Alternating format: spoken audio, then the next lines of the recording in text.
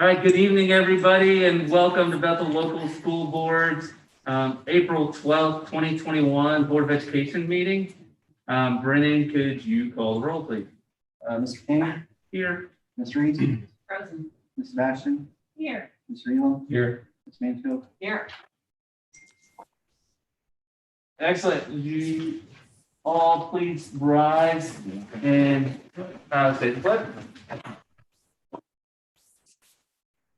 Pledge Allegiance to the flag of the United States of America and to the republic for which it stands, one nation, under God, indivisible, with liberty and justice for all.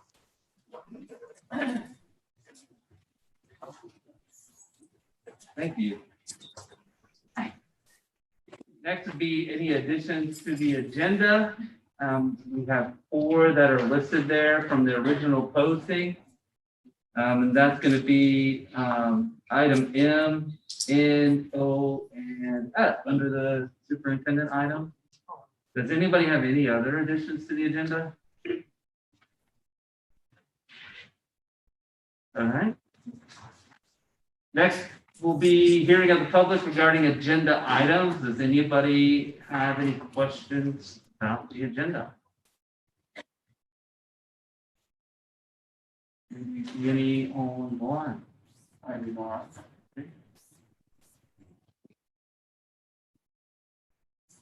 All right. So next will be the important dates of the district.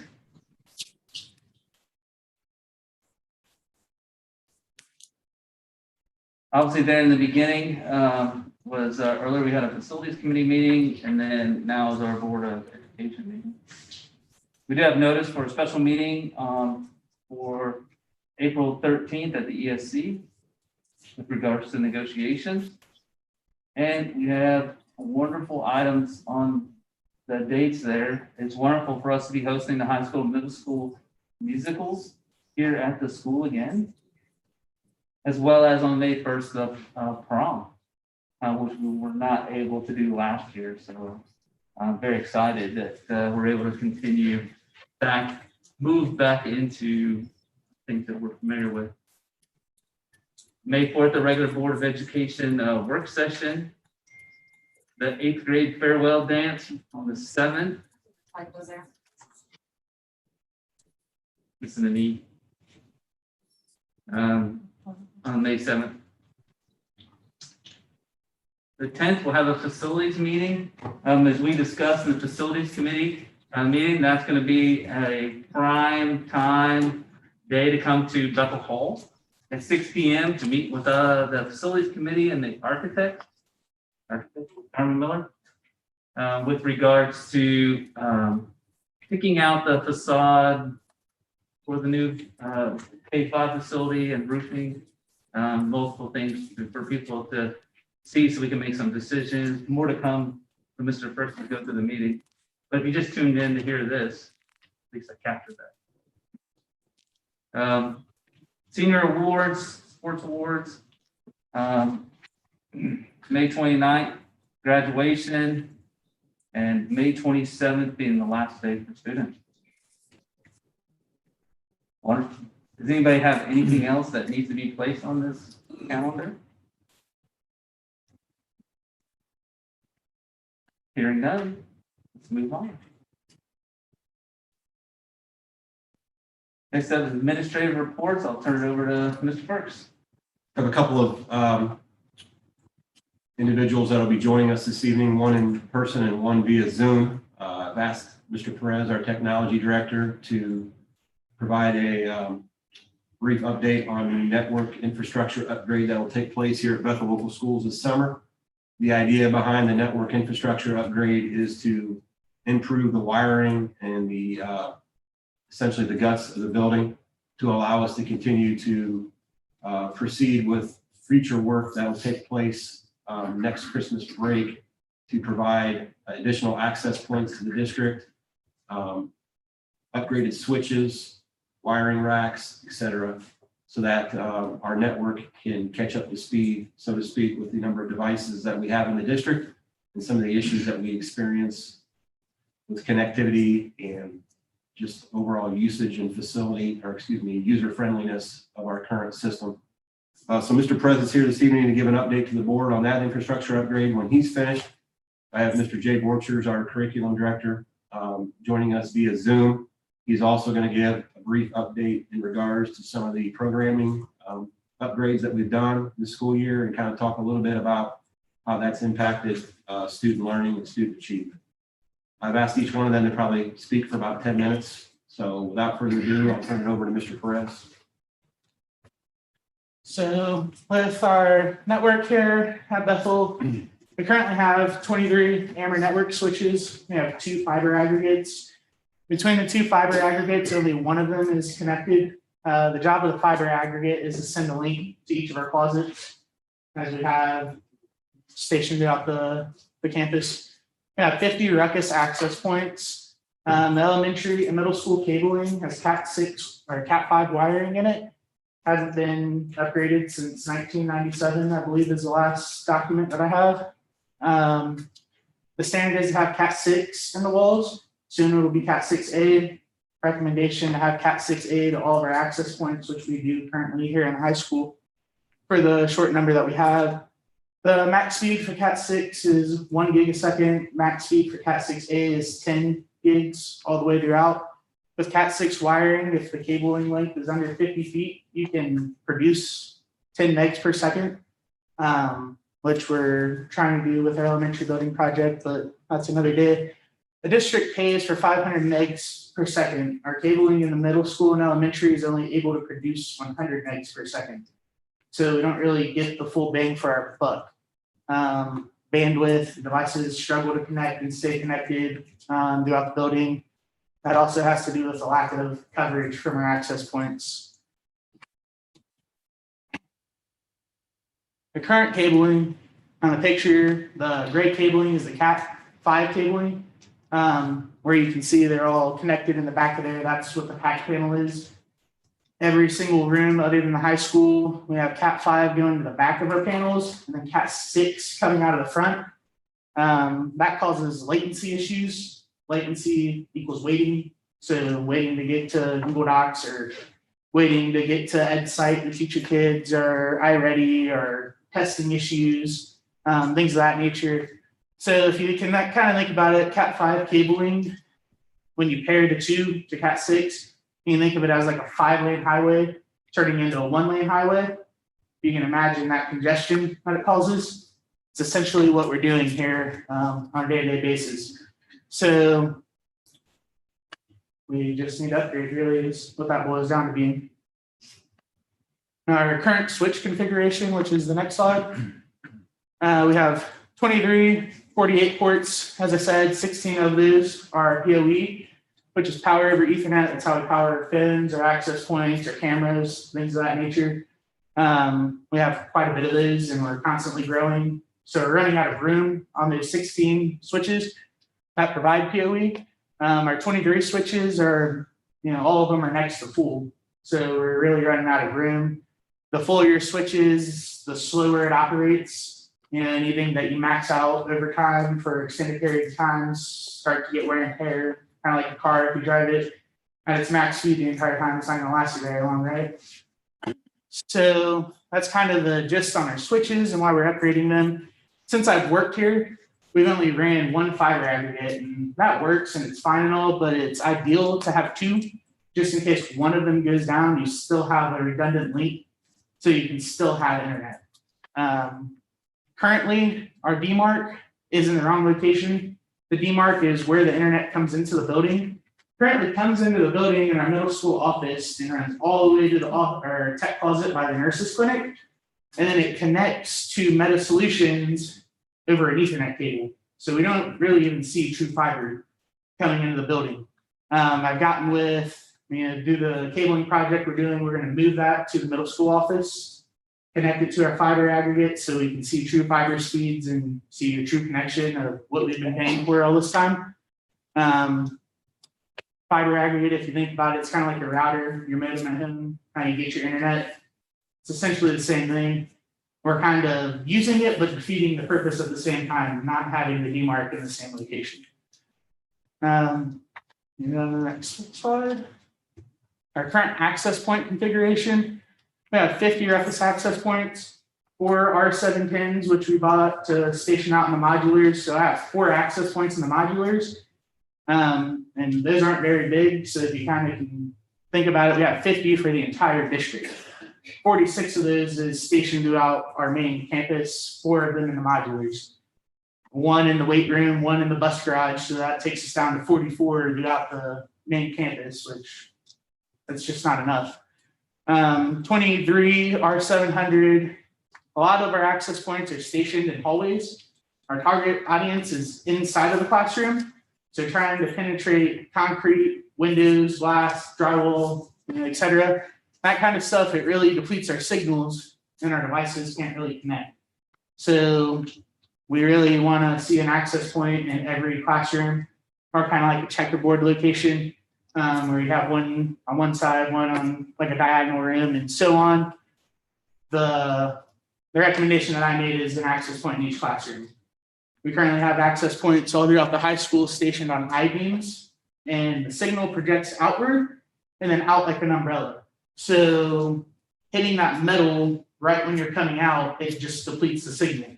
So you don't really get the full coverage that your device is capable of pushing out.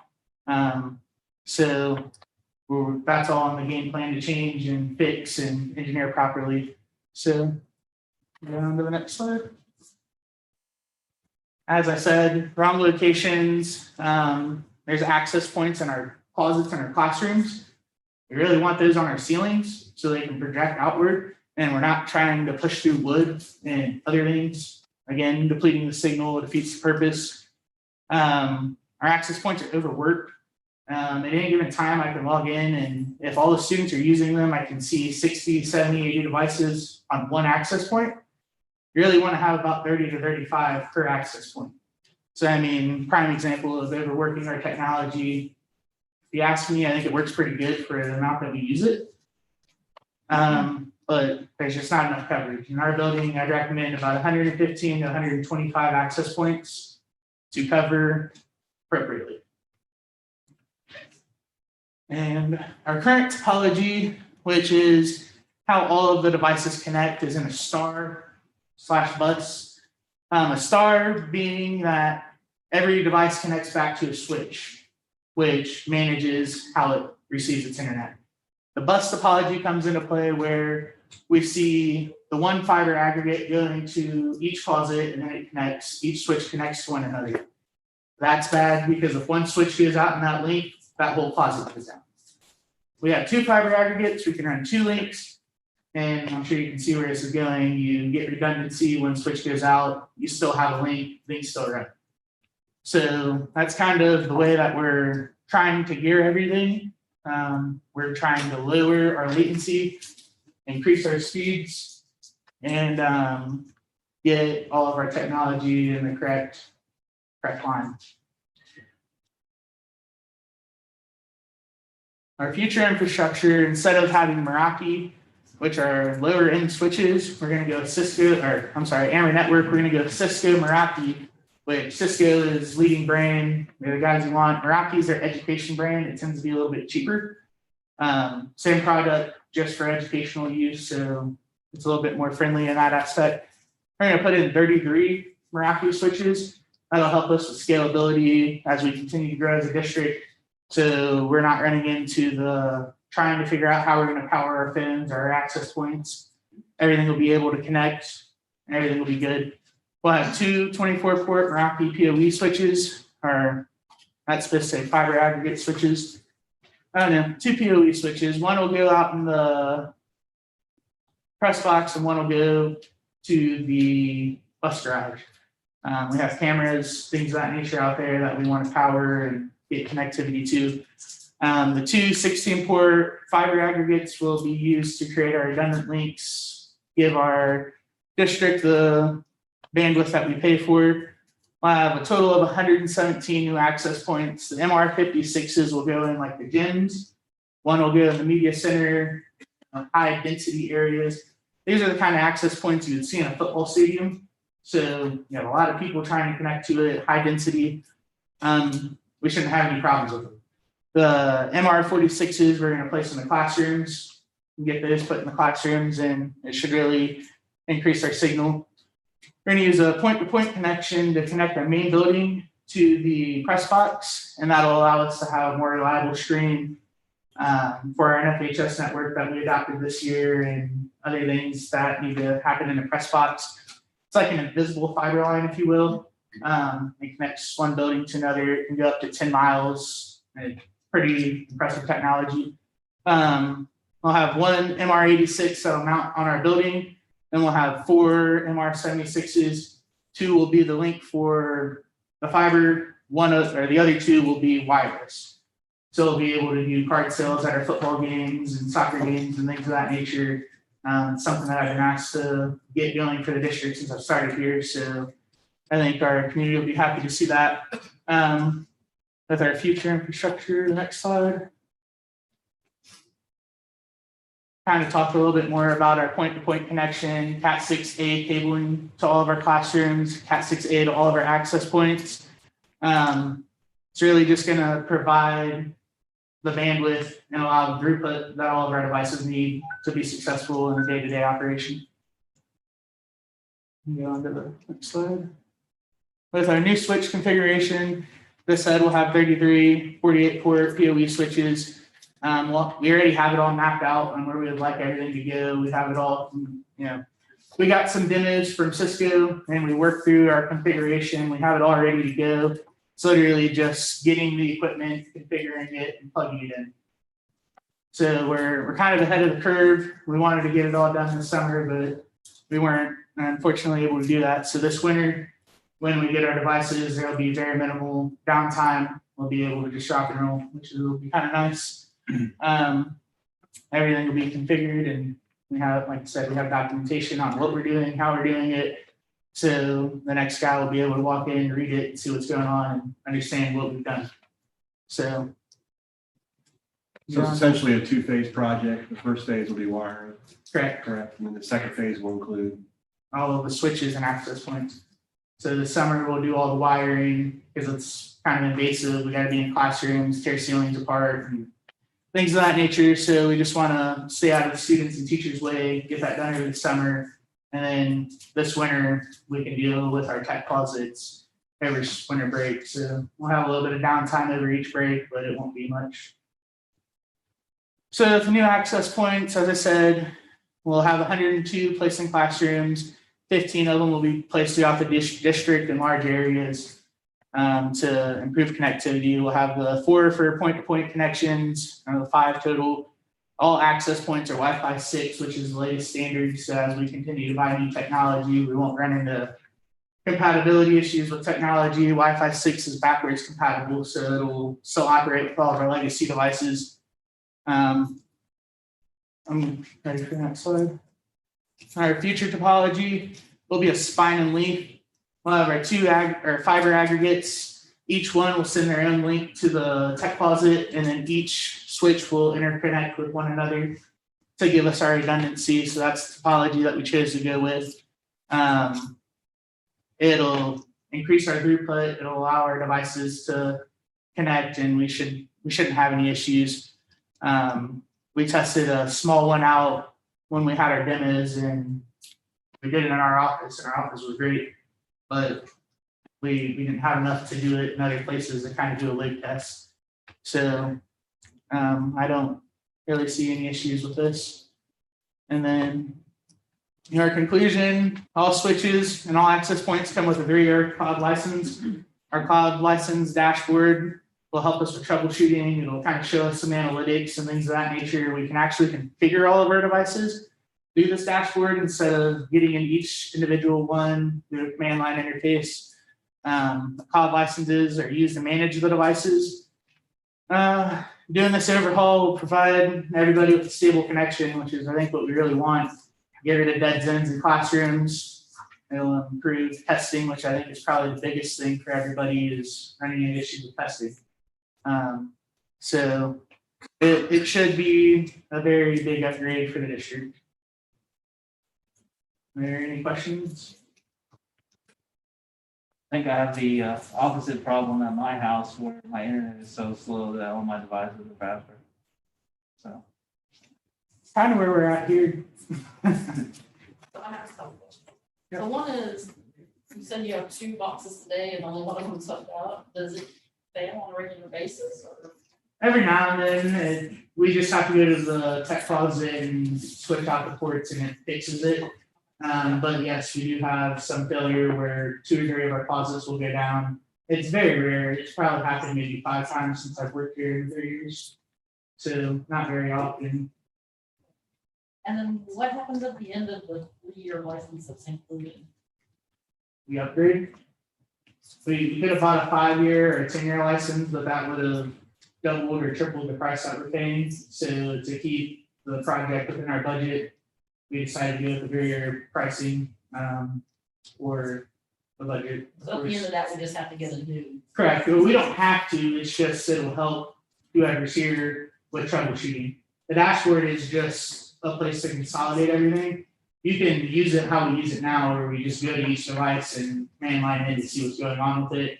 We still have a web interface. I mean, that kind of stuff will still be there, but the actual dashboard to see, troubleshoot, and do things of that nature, that would go away at the end of your years. I didn't see it being something that we needed to spend the money on for 5 or 10 years. Like I said, the price was about double for 10 years. Or, We well, can over double. evaluate that over the next 3 years too, then see. Yeah, see if it's really worth the money over the next 3 years for the district, yeah. Okay. Yes, Is sir. this the technology we'll be using in the new K5 building as well? No, in the new K5 building, we're gonna go with a PON network, which is all fiber in the walls, so we'll never have to touch that again. Kind of like how we haven't touched our cabling since '97 with fiber, that won't ever be an issue because fiber doesn't get upgraded in that sense. Our telephone networks, if you think about it that way, that all uses a PON, which everything's connected through fiber. That fiber connection will be able to handle any future upgrades that we do at it. So, is anybody in the back crowd? what was the overall cost of that project? This project now, it's been around $300-something thousand.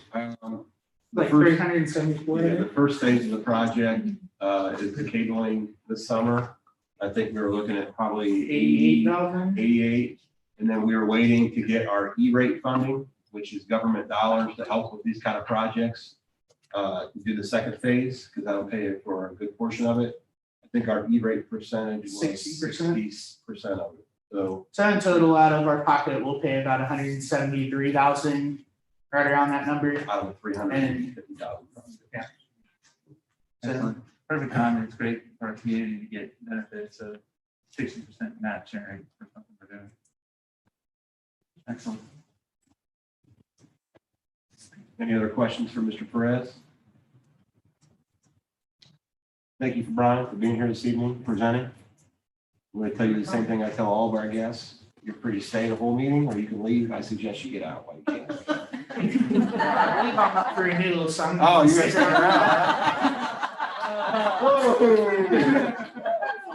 Well, that's on them to vote, so I just make a recommendation.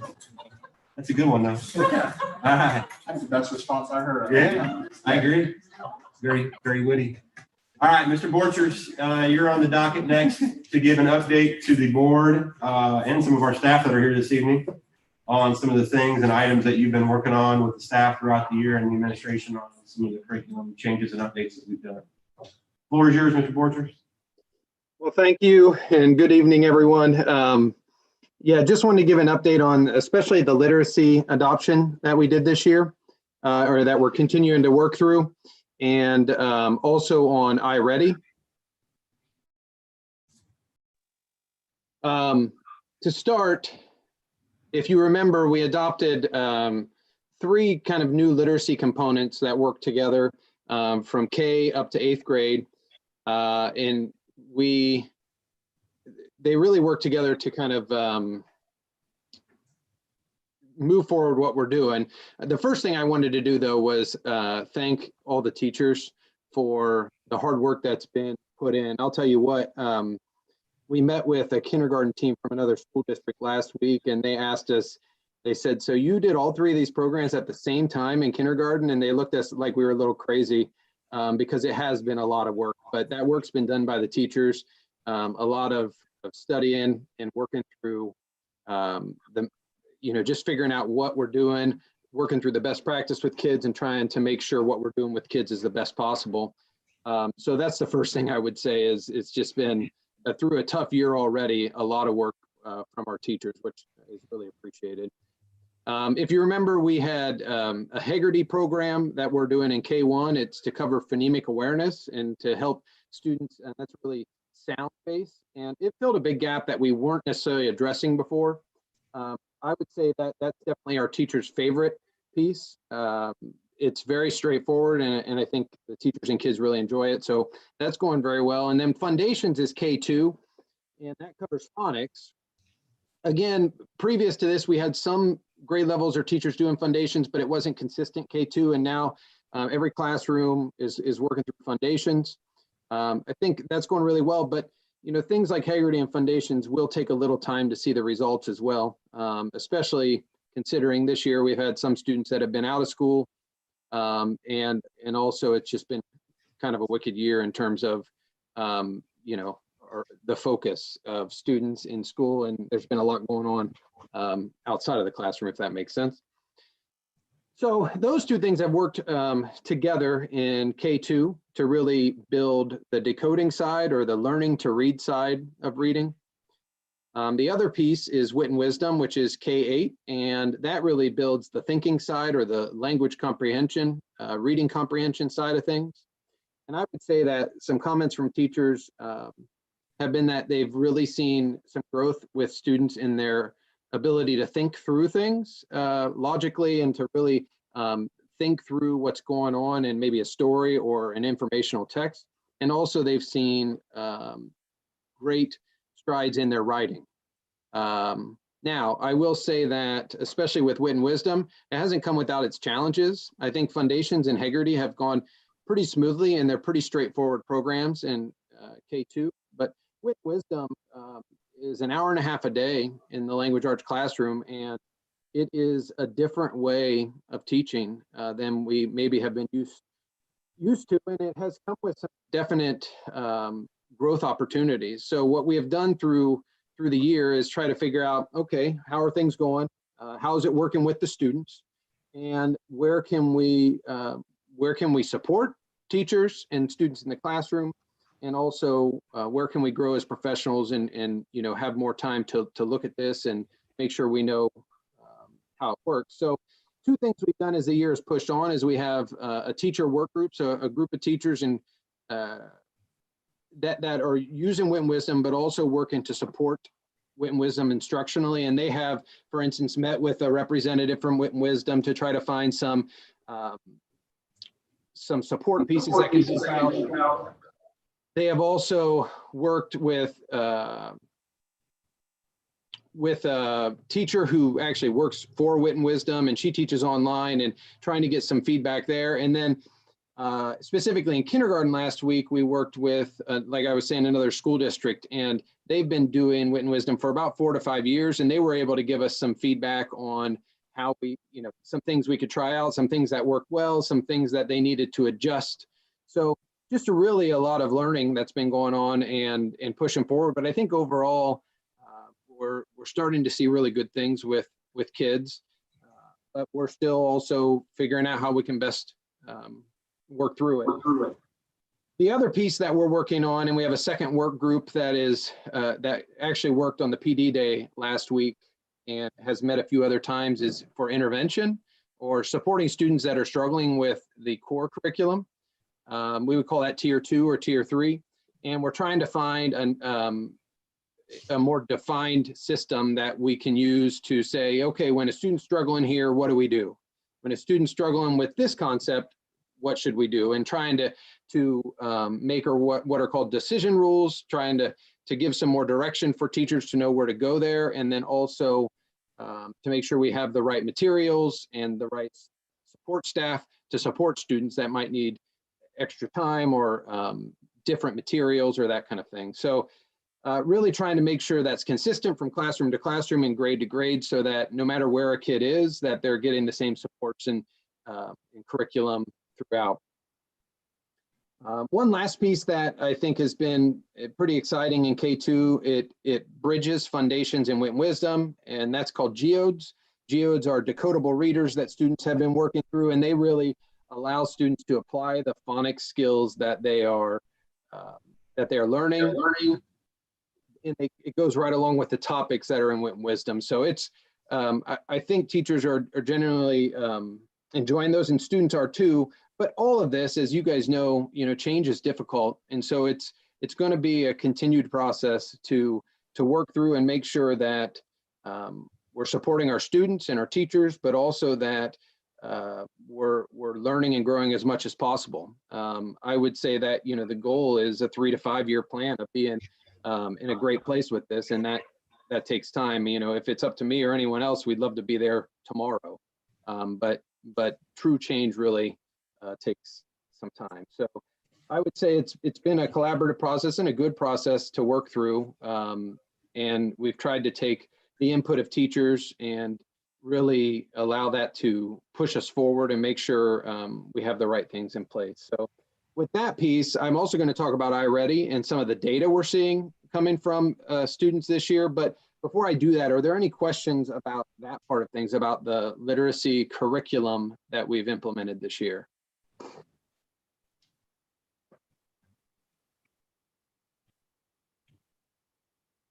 No questions, Jay. Thank you.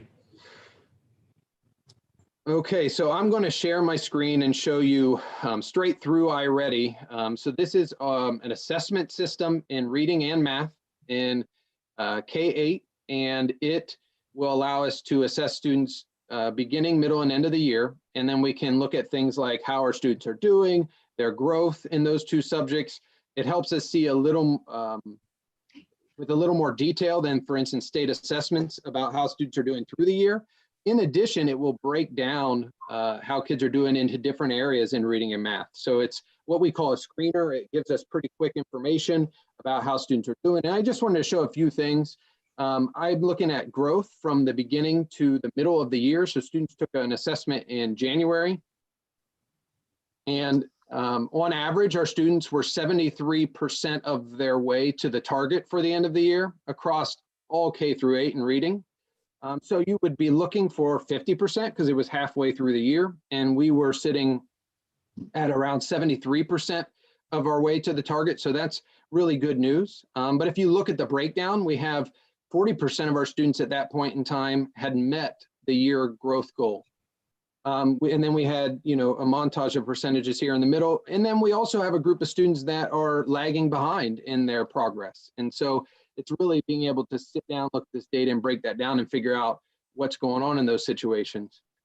One other piece with reading is at the beginning of the year, we started out in green is good. That's a good way to think of it. Tier 1 is students that are reacting really well to core instruction. In Tier 1, you want to see ideally around 80% of your students meeting that benchmark. We're at 53%. So that's definitely below the target that we would ideally look for. But if you look from the beginning of the year, we were at 38%. So our green has grown from the beginning to middle of the year. Our yellow has reduced and our red has. So the number of students that were high and at risk students in reading across K to 8 went from 23% to 15%. So that's really good data, but again, we'll see more data come in at the end of the year and be able to see if we actually met those growth targets and how students are doing. Just to show you real quick, you have the same type of report for math. And again, 76% on average along the way. So that's really good news. And we had a big jump in math from 26% to 51% of students in green, 19 to 9% for at risk. So part of this could be attributed to the great teaching that goes on at Bethel local schools. And also the fact that, we had students coming in this year in a tough spot because they hadn't been in school the end of last year. And we know that although online instruction can be effective, being in school is a very powerful thing for students. And so it may have taken a while for them to get back into the swing of things at the beginning of the year, but we're definitely seeing some good upticks when we took the middle of the year assessment. When we look at the actual results of the diagnostic, we also can see, like I was saying, the breakdown by domain. So we can see how students are doing in geometry or measurement and data. Same thing in reading. And then as teachers, and I'm not going to show you these reports because they would show student data, but teachers can see each student and it shows groups of students. And for instance, it'll show you this group of students really needs to work on this skill. And then you can work on that skill with those specific students and try to address their needs. The other great part about iReady is it also has an instructional component, and that instructional component will take the student's assessment, find out where they're at, and then start their learning at that point and move them up. So it's called an adaptive assessment. It'll adapt to wherever they're at, even if it's below grade level, and then it'll give them lessons over the material that they need and help build and hopefully help them grow. So again, I wanted to show that for two reasons. One, I wanted you to see where the data sits right now, but it is very early data. It's our first year doing iReady all year long. And, you know, some students took it at home, some took it in school. And so it's early data, but it's still valuable. The other reason I wanted you to see it is because it is something new that we're, you know, that we bought as a district. And I wanted you to see the value of it as, you know, for teachers and for our students to be able to really know where we can best support our students and kind of see where we're headed. So those are the two things I really wanted to highlight tonight. If there are any questions about those or any other thing curriculum related, I'm happy to answer them.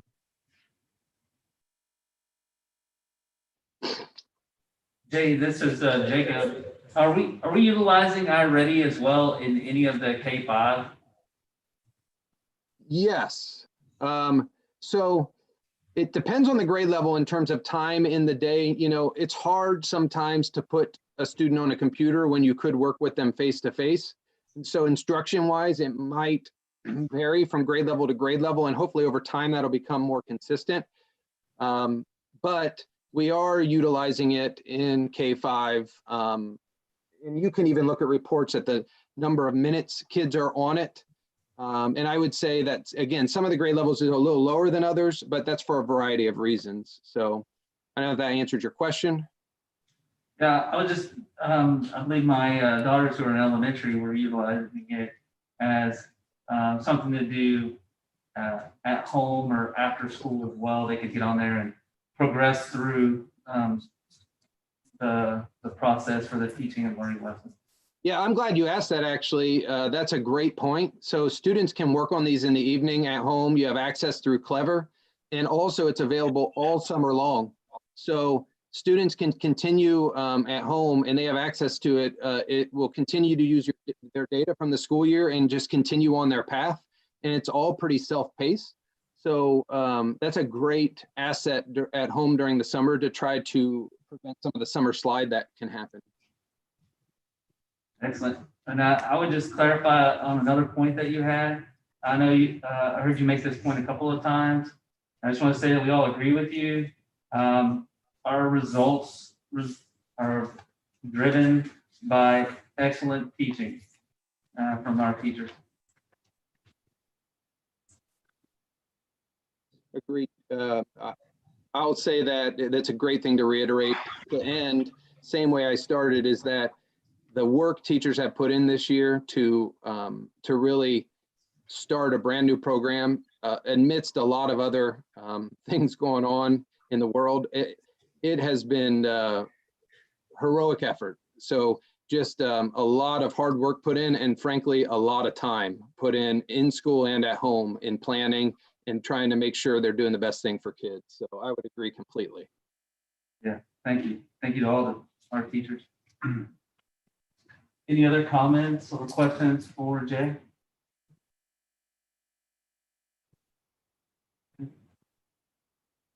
Thank you, Mr. Borchers. We appreciate your time this evening. Thank you. Have a great night. All right, moving on to item 6, treasurer's items requesting board action. Mr. Hattery. Thank you, Mr. King.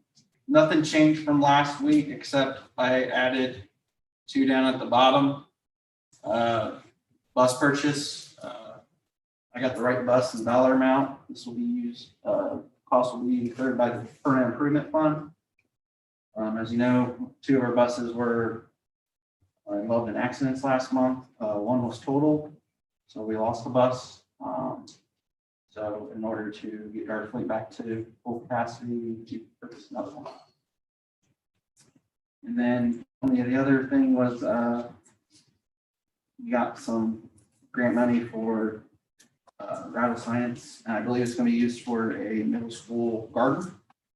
And so I established a fund for that receipt. Excellent. Any changes? Yep. All right. We have a motion to place items from the treasurer's report on the consent calendar. Thank you, Lida. Do we have a second? I'll second. Thank you, Lori, for the second. Any discussion? Brendan, is this bus pretty similar to the one we most recently bought? With like the cargo bay underneath? Yeah, it's going to have everything. It's going to be conventional rather than the one that we bought this past with the grant money that we got from the state was an 84. This is bid 83. This will be an 83. On the luggage carrier underneath. And the cameras, and that includes camera system as well. Great. Thank you. Any other discussion on it? Brittany, could you call the roll? Ms. Mansfield? Yes.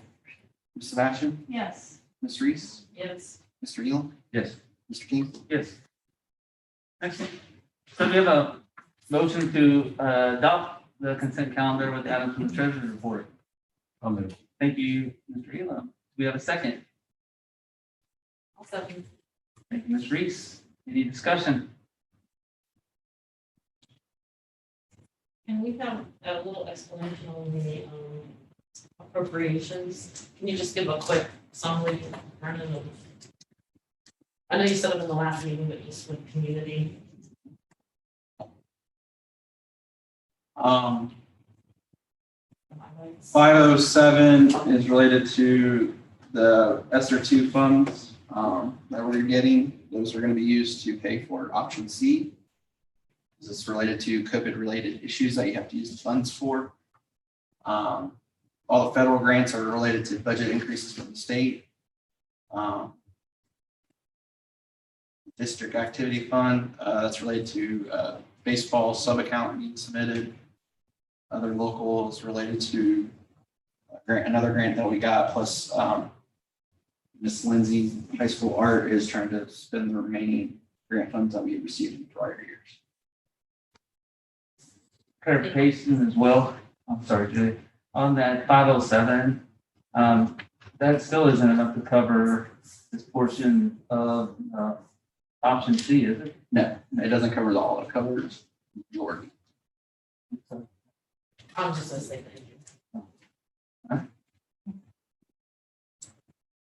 I'd just like to, first of all, thank Brennan for getting the levies on the ballot. I know they don't happen until November, but thank you for your work getting both of those on the ballot. They're both renewals, so no additional funds are being requested.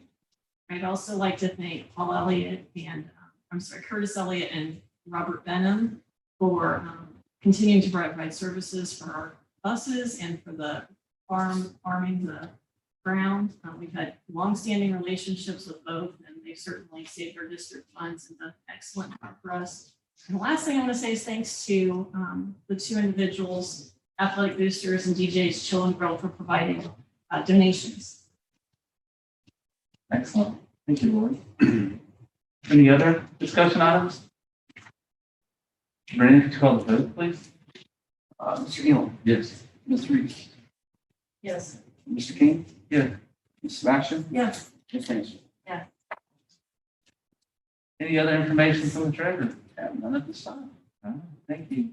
Number 8, superintendent's items requesting board action. Mr. Burks. Items on the agenda this evening for consideration are similar to what was discussed in our work session.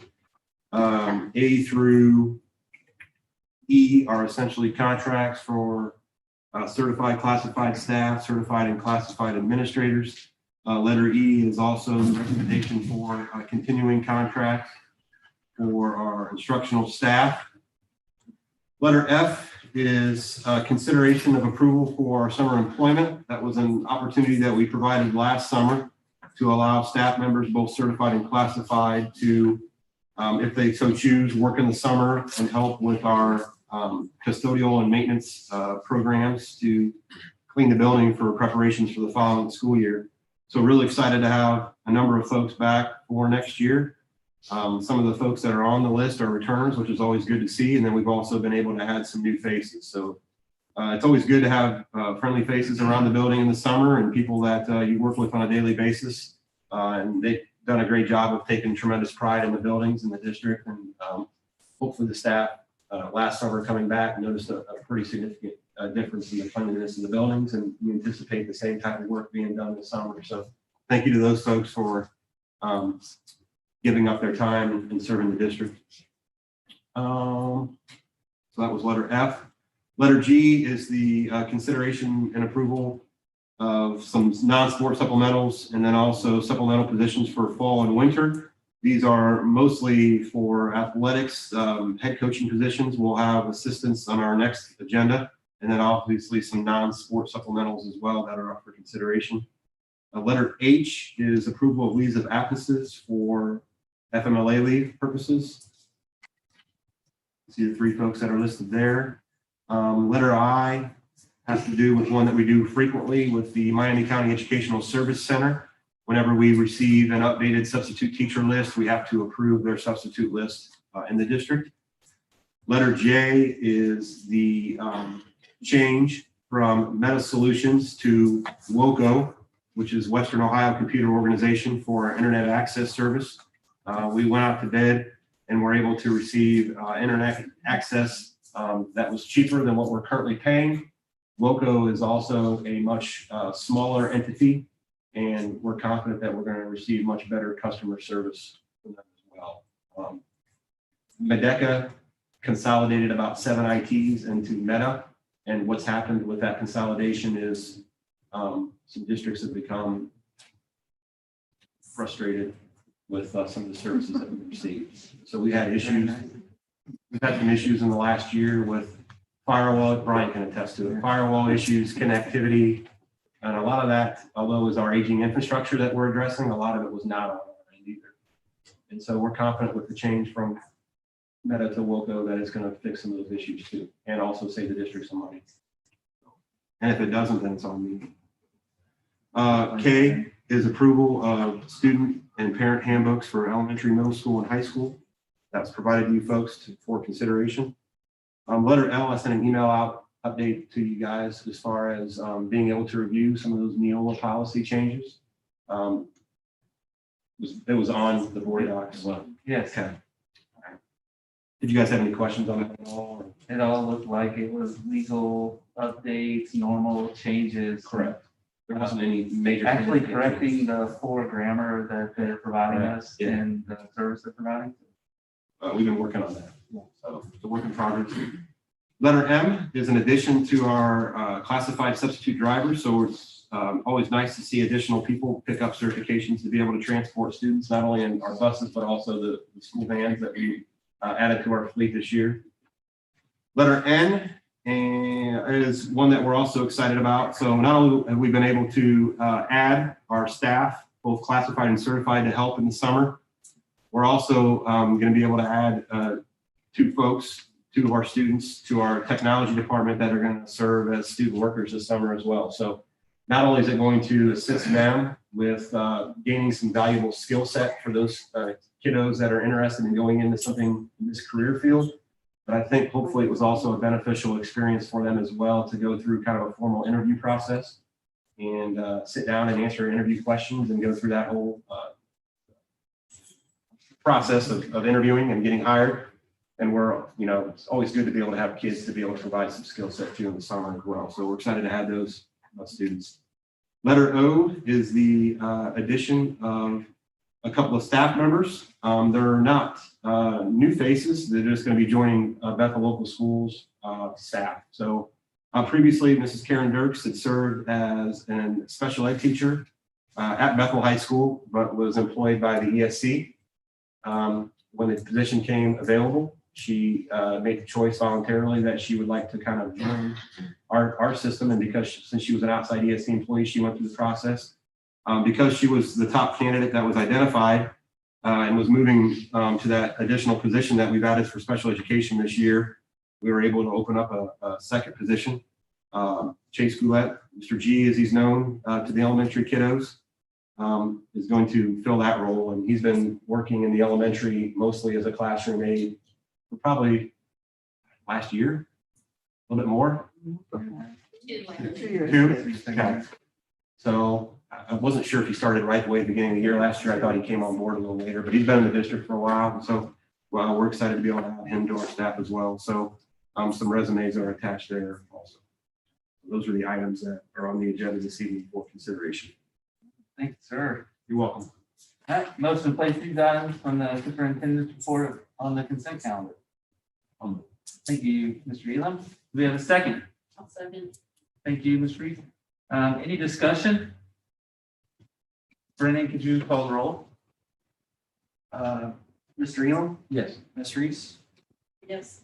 Ms. Sebastian, Yes. Ms. Mansfield, Yes. Mr. King. Yes. All right, motion to adopt those consent calendar with those items from the superintendent's report.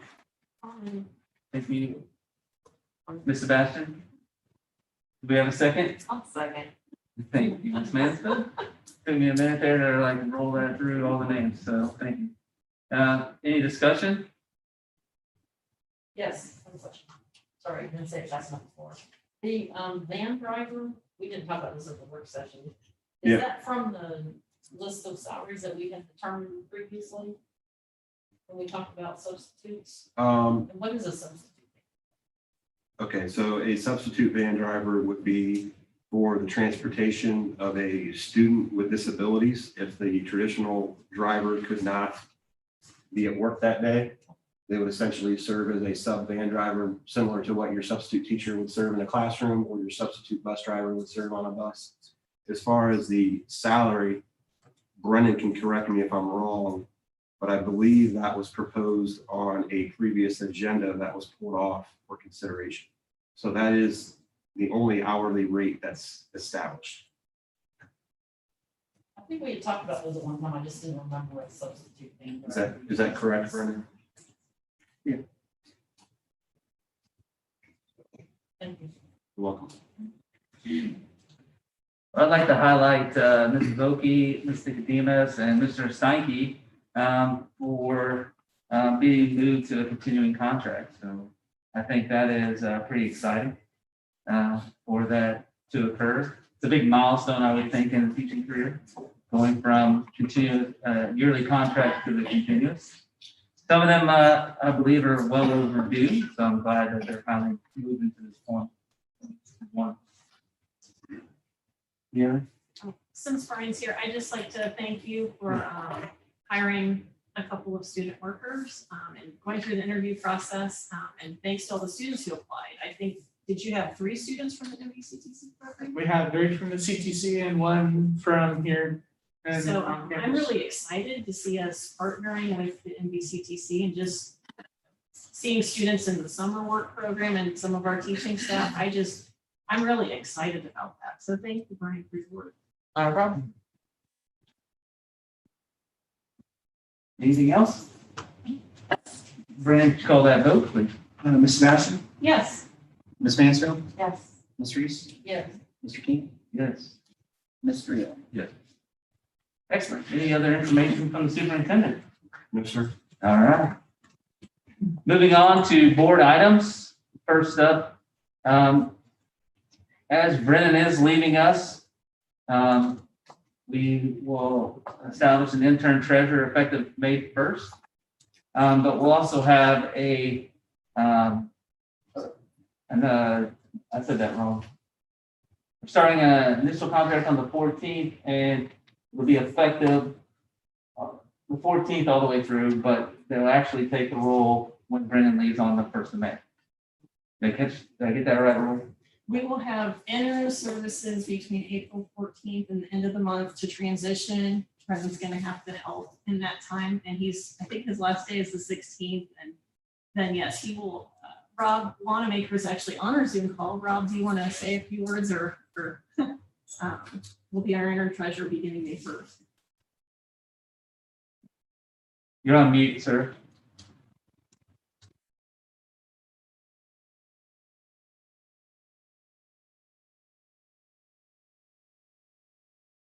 You're still muted.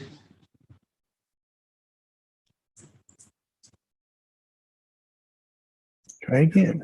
There There. you go. Okay. Okay. I appreciate the chance to work there. I'm going to come down on Thursday, or excuse me, on Wednesday to meet with Brennan and spend the day with him and hopefully get introduced to some people there. And just look forward to working with you and getting things, keeping things moving level until you can acquire a full-time treasurer again. Thank you, sir.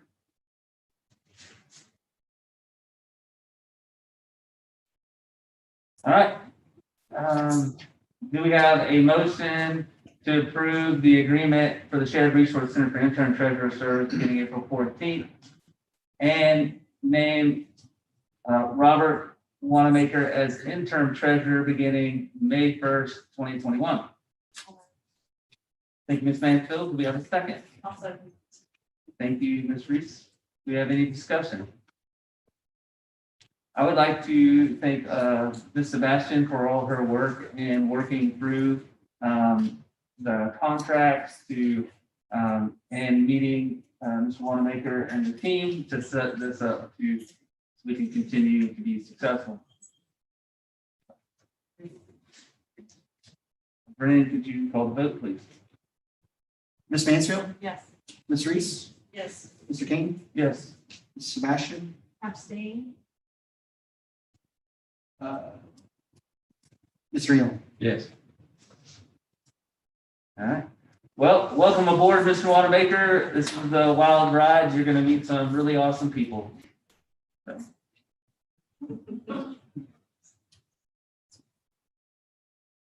All right. Yeah, I muted him after because sometimes you get feedback. Discussions on from our OSB representative conducting board training.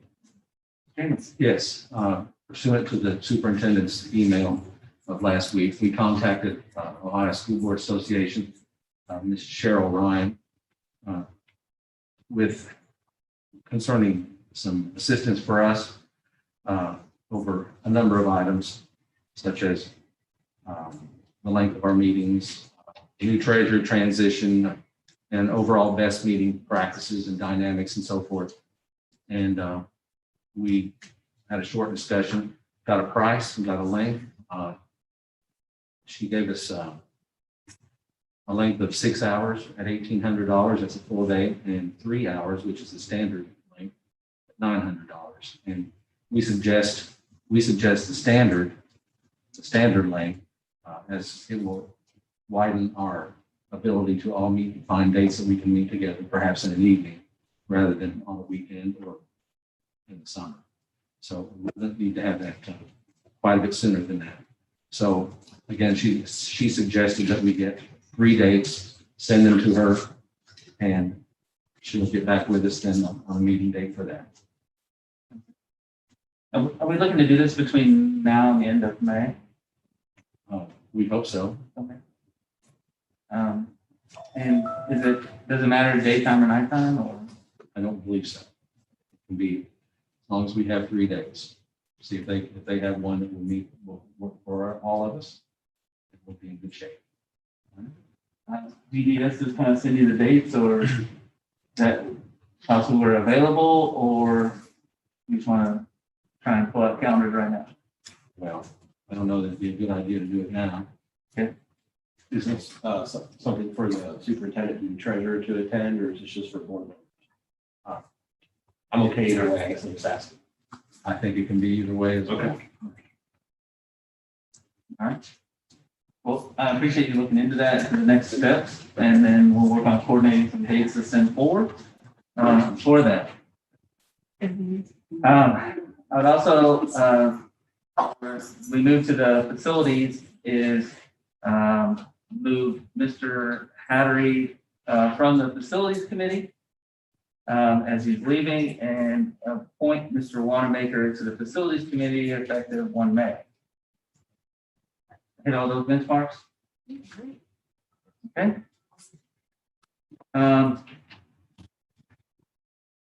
Facilities Committee, do we want to talk at all about that or move forward? Oh, I have to give a quick summary of the Okay. meeting.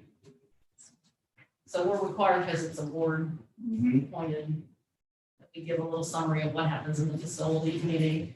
So just quickly, Laura Little from Garvin Miller gave a project update and talked about the next steps in the process. And we talked a little bit about what's going on along State Route 201, both as far as the requirements to have water lines and with traffic. And Mr. Ferguson gave an update on the farmhouse and the barns. So the plans are shaping up that the farmhouse may be demolished through a slow burn by the local fire department. And the bank barn, big barn, has been sold, so we will make a little money on that. Small barn is still to be looked at by the same companies. And also, he thanked Chris Mills for his service on the facilities committee. Chris has decided to leave, so we're looking for community members and volunteers to put on the committee. Next meeting is at May 10th. May 10th at 6 p.m. And as Jacob mentioned, they're going to bring samples of some of the exterior materials so that people can see them, and roofing materials, so you can be new to attend. I think even they said that they even do the fly around the building view. We'll have a 3D layout of the schematic design of the building. We'll also send out a one-call probably a couple days prior to invite some community members to attend. We'll have that meeting be held in Bethel Hall as well. Okay. It's all those. Go ahead, Lori. As many of you know, tonight is Brennan Hattery's last board meeting with us. And I asked Jacob if I could put a few words together in thanks. Maybe it's more than a few, but I think he's deserving of it. About 3 years ago, in June of 2018, we hired Brennan Hattery to be Bethel's treasurer. During his time with us, two traits he effectively practiced: an attitude of public service and integrity. As I was going back through the many things Brennan achieved while in our district, several things stand out. And for those of you who want, if you go to our webpage and look under departments and treasury, finance, and other information, you'll see some of these documents. He put together a more comprehensive monthly report for us. He created a new treasury department manual. He created a new student activity financial procedure handbook. And he created finance committee bylaws and application. You'll notice 3 of those 4 documents were brand new, which aren't just helpful during his time with us, but moving forward, we'll have those to utilize. He put a lot of time and energy into those. Besides those documents, what else did Brennan accomplish? He created several 5-year forecasts, which we approved. He, the superintendent, and board are currently in negotiations with the Bethel Education Association, and I'd just like to thank the couple dozen members of the Bethel Education Association who are here with us tonight. He also served during 2019 when Bethel's books were audited by the Auditor of State, and he continued what prior treasurer Tammy Emmerich began, charting and regularly monitoring our annual utility costs. On a monthly and daily basis, Brennan was responsive to email requests and questions. He researched financing strategies, consulted with our attorney, and thank you, Mr. Pajurski, for being with us this evening, and made sure district contracts were handled appropriately. Perhaps one of the duties that impressed me the most, Brennan, were every month on the first day, or once in a while on the second day of the month, you crank out all those monthly reports. Brennan didn't let the grass get overgrown on his watch. He was mowing it before it even got more than a few inches tall. Brennan also made certain our meetings were published appropriately and minutes were prepared and signed so that we were in legal compliance. Unarguably, the greatest achievement Brennan accomplished in our district was in his work with Patrick King, with Steeple Nicholas, and Jennifer Blazer with Dinsmore On July 1st, 2020, during what we thought were record low interest rates, our 2014 bonds were refinanced for over a $3 million cost savings to our district and to our taxpayers. Further, later this same year, Brennan worked with the same entities, Steeple Nicholas and Dinsmore, and with board approval, the district was issued certificates of participation for $28.5 million to fund the new K-5 building and stadium project. Because interest rates had continued to drop, we financed these COPs at a rate below 3%. The actual rate was 2.877%. Brennan's timing in working with these professionals when interest rates were at historic lows likely saved the district another $2 million. I don't know how many treasurers, Brennan, who work in a district our size who can go out and say they saved the district $5 to $6 million, but as a taxpayer, as a board member, as a community member, I just would like to say thank you. One word I would use to describe Brennan is humble. Despite having initials after his name of CPA, Certified Public Accountant, and CGFM, Certified Government Financial Manager, he was always available to answer questions and guide the district forward. I will close by sharing your words, Brennan, that you wrote on your application 3 years ago to us. I have devoted my whole career to public service.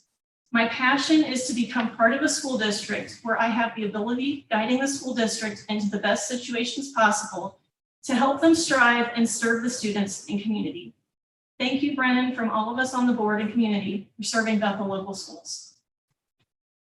Yes, Lori, thank you. That was well written, well spoken, hit key benchmarks. So with that, we have a little gift for you. All right, and there's a story that goes with it. If it's still here. It is.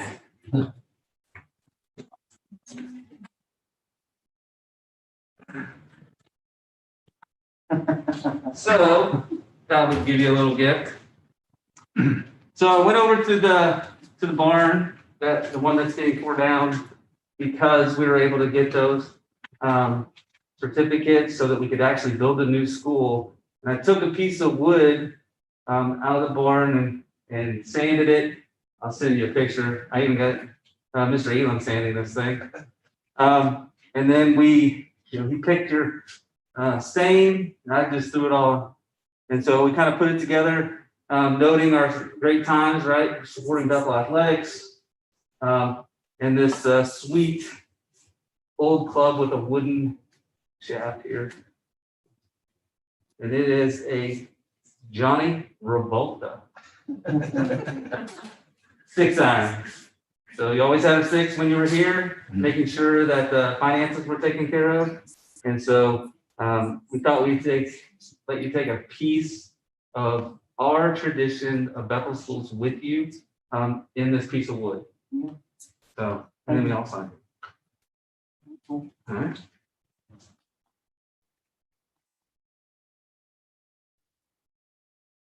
That was awesome because I did that in my garage. Oh. Probably the. Oh, and you couldn't tell the T say Bethel on it as well. Oh. Do it.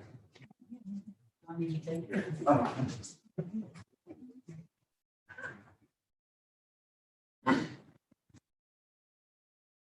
You get kind of. That's white. Turns blue. Yeah. Okay, great, excellent. Okay. 1, 2, 3. This is not the same, probably usual professional. Thank you.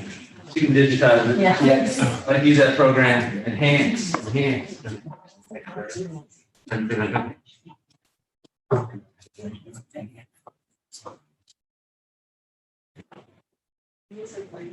Oh. Oh. All right. Thank you. Thank you.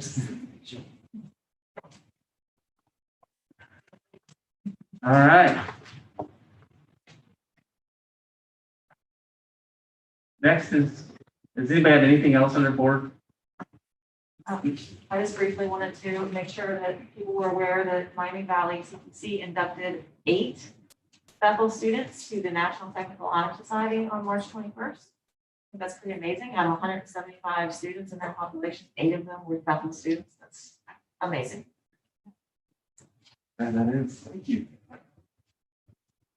All right.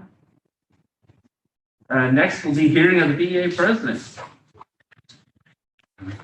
Over here so everyone can hear me. All right, I first want to thank and say congratulations actually to Karen Dirks and Mr. G. Struggle with that last name, don't you? Jay, welcome to the Hive. Congratulations to Mr. Steinke, Mrs. Miss McDumas, and Joy Wilkie for that continuing contract. Woo!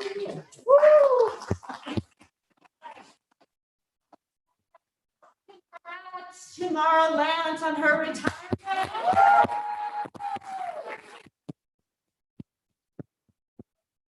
So much fun in the lake, and just let me in when I knock on the door. Okay, no questions asked, just let me in.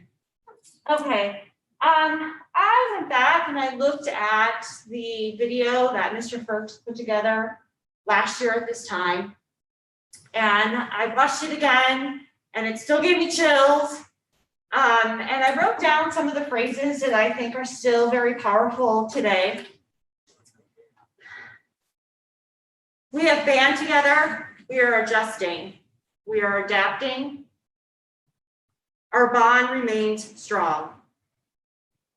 Our resolve to celebrate, to educate, to influence, and guide our students continues to thrive. Together we rise.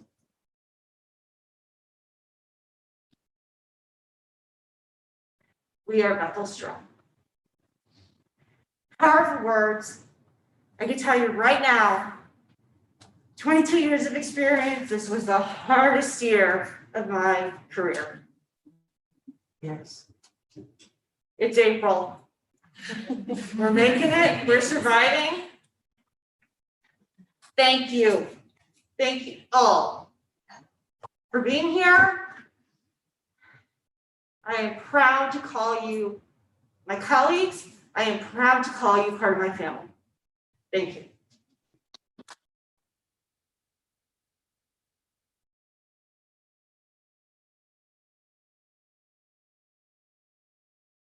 Great job. You always bring such great insight. So thank you very much, Mr. Lewis, for that.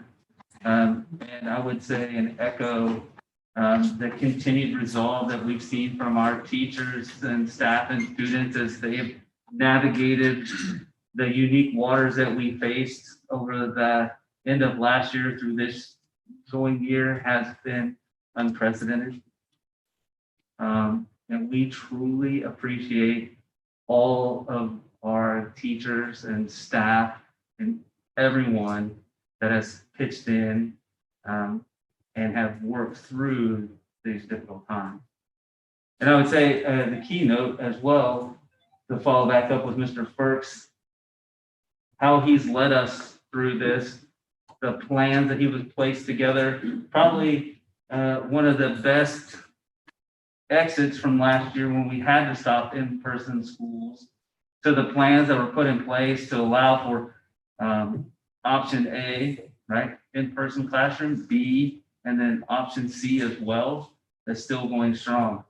And putting in the practices, purchasing all the protective equipment as well to help protect our teachers and staff. So thank you. It has been a huge effort, and I know you feel it every day before you come to school and when you get home. And I know that there is a strong emotional strain just because it's ever present. Hopefully, this point next year, we'll all be talking about how we're able to transcend through this time into back to a new wonderful time. With none of those words, but thank you all. Next would be executive session if needed. I know we need an executive session. If you scroll down just a little bit for me. Sorry. I was looking for public comment. Oh, okay, thank you. Keep me straight. Public comments? No. All right, does anybody have any public comment? Okay. I know that, let's see, we need one for number 4. Any others? Oh, and number 1. Anything else? Do we feel based on going to executive session with regards to number 1 that there will be any type of voting decision at the end of the executive session? No? Okay. So we have a motion to enter into executive session. Thank you, Mr. Bastion. Do we have a second? I'll say. Thank you, Mr. Elam. Any discussion? I would like to publicly thank all the teachers for being here tonight. It's nice to see you all since we typically aren't allowed to traverse through the school during the day, whether because we're at work or trying to reduce the contact spread. So thank you for at least being here. Brennan, could you call the vote? Ms. Mansfield? Yes. Mr. Elam? Yes. Mr. Bastian? Yes. Ms. Reese? Yes. Mr. King? Yes. All right, time into executive session is 8:17 p.m. We did not expect to have a